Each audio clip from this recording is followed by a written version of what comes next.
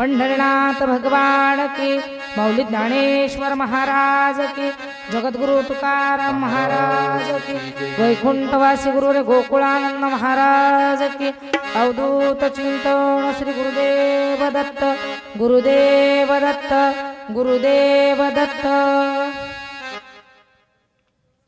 ज्ञानोबराय आणि चांगदेव महाराज यांच्या पण कालपर्यंत भेटीचा प्रसंग. चांगदेव महाराजांचा 1400 वर्ष जगूनही, जो त्यांच्या अंगी योग साधना करूनही थोडासा गर्व होता की मी एवढे वर्ष जगलो. पण खरं सांगू, चांगदेव महाराज 1400 वर्ष जगले, पण एवढं आयुष्य तर कुणालाच नाहीये. पण कसे जगले?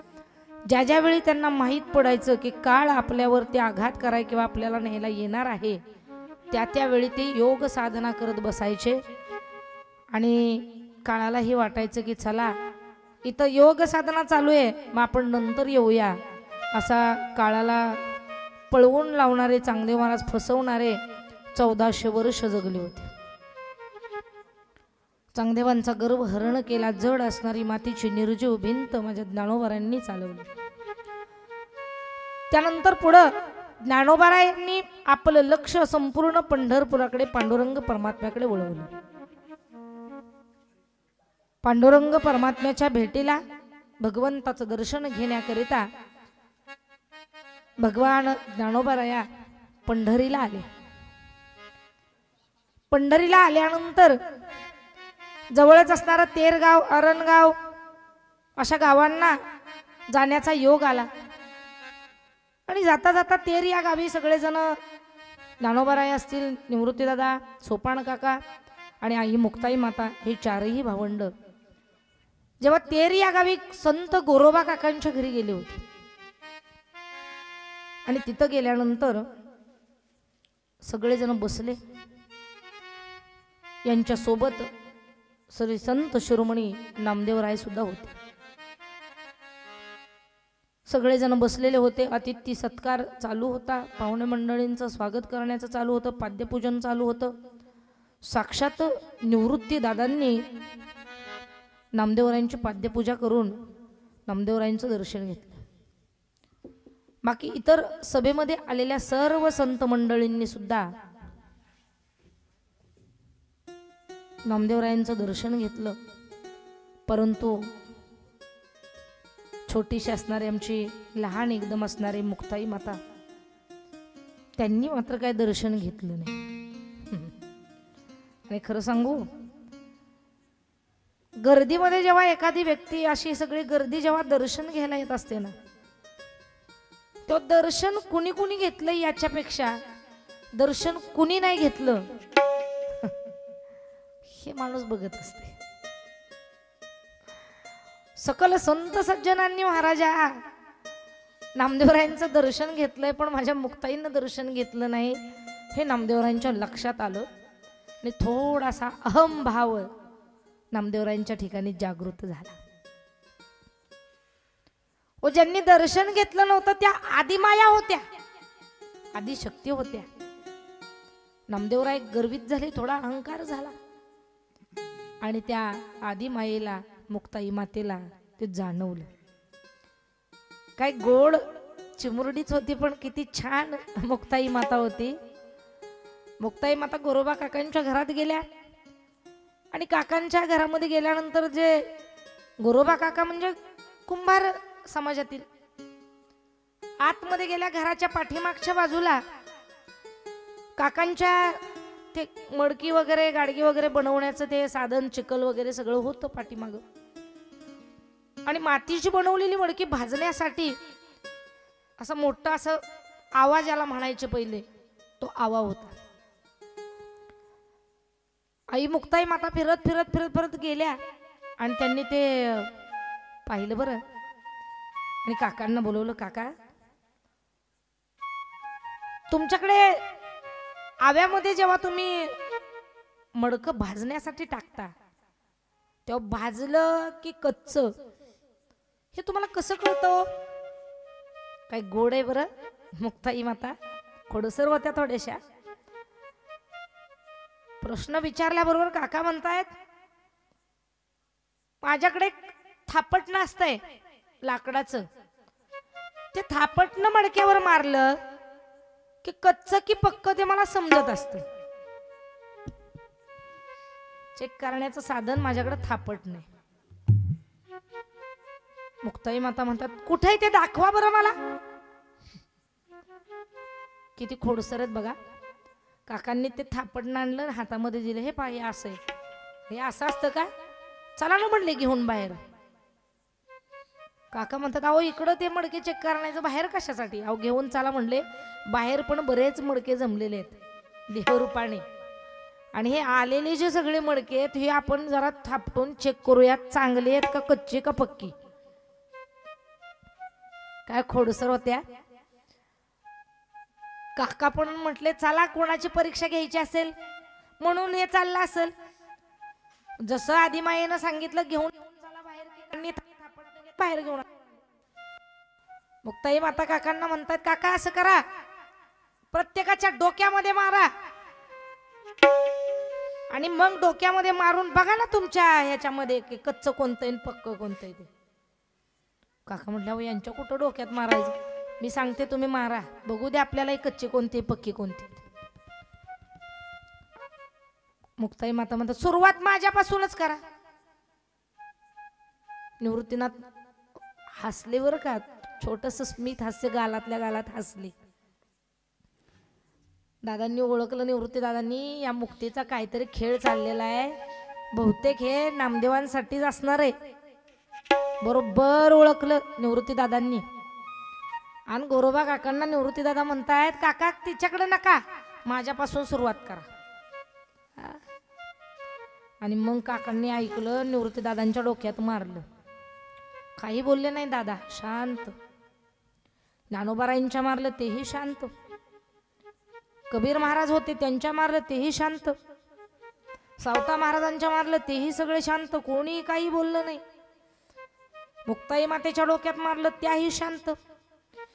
फिरत फिरत फिरत फिरत चक्र फिरलं आणि नामदेवरायांच्याकडे आलं. नामदेवरायांच्या डोक्यात मारणार एवढा थाडकन नामदेवराय उठतात.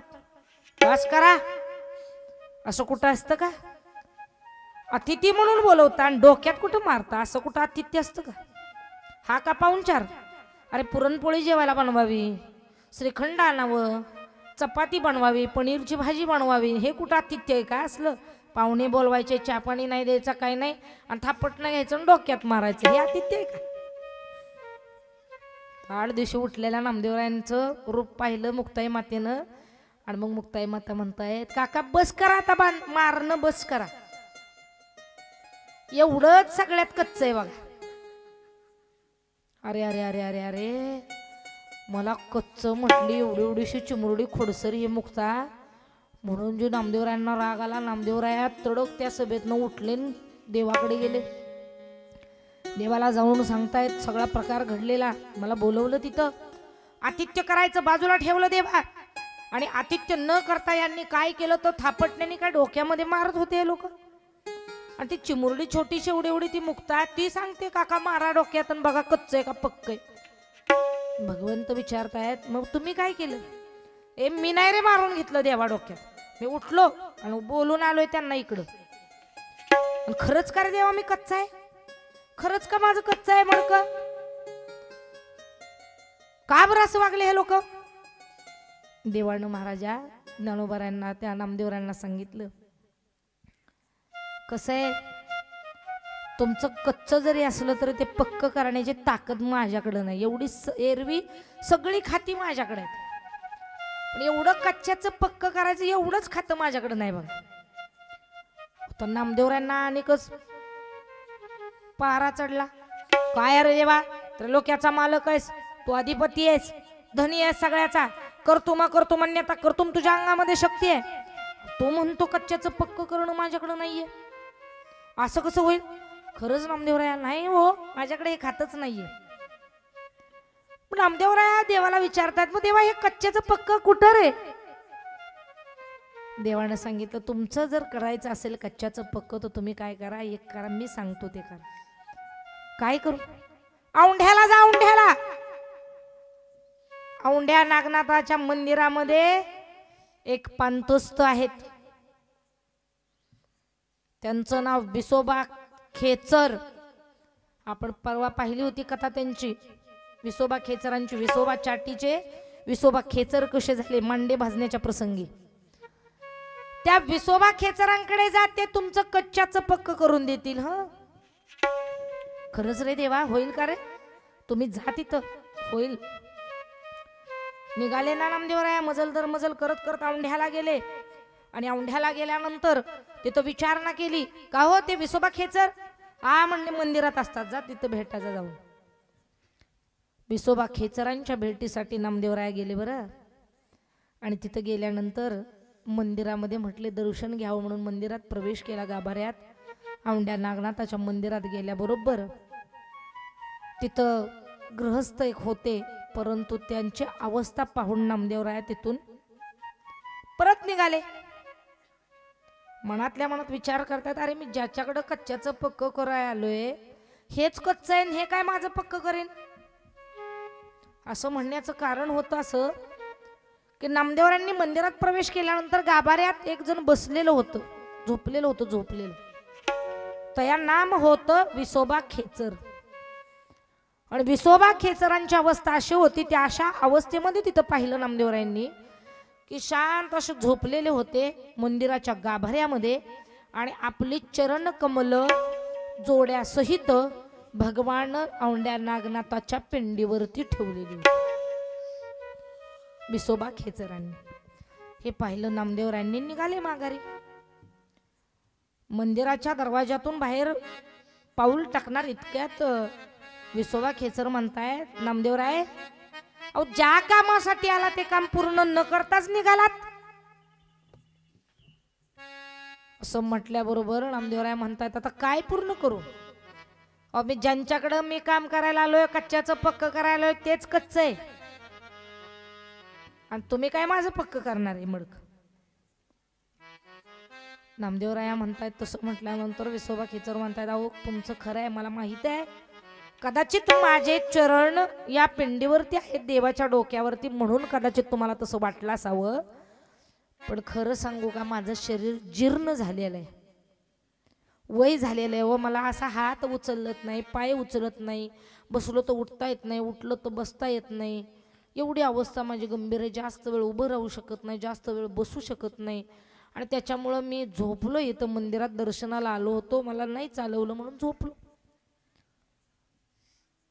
आणि तुम्ही म्हणताय ना हे पाय डोक्यावर देवाच्या पिंडीवर ठेवलेत, माझी इच्छा आहे काढायची, पण काय करू, शरीर जीर्ण झालेलं आहे. आणि या जीर्ण झालेल्या शरीराला हे पाय उचलणार हो. आता तुम्ही आलात तर एक काम करता का? नामदेवराय म्हणतात, काय? तुम्ही असं करा, माझे एवढे पाय उचलून बाजूला ठेवा, तेवढंच काम करा माझं. विसोबा खेचरांनी पाय उचलायला सांगितल्याबरोबर नामदेवरायांनी दोन्ही पायाच्या अंगठ्या अशा अलगद हातात धरले आणि पाय उचलून बाजूला ठेवले. जसं पाय बाजूला ठेवले तसं त्याच बरोबर त्याच क्षणाला जिथं पाय टेकले ना त्या ठिकाणी महाराजा परत एक पिंड तयार झाली.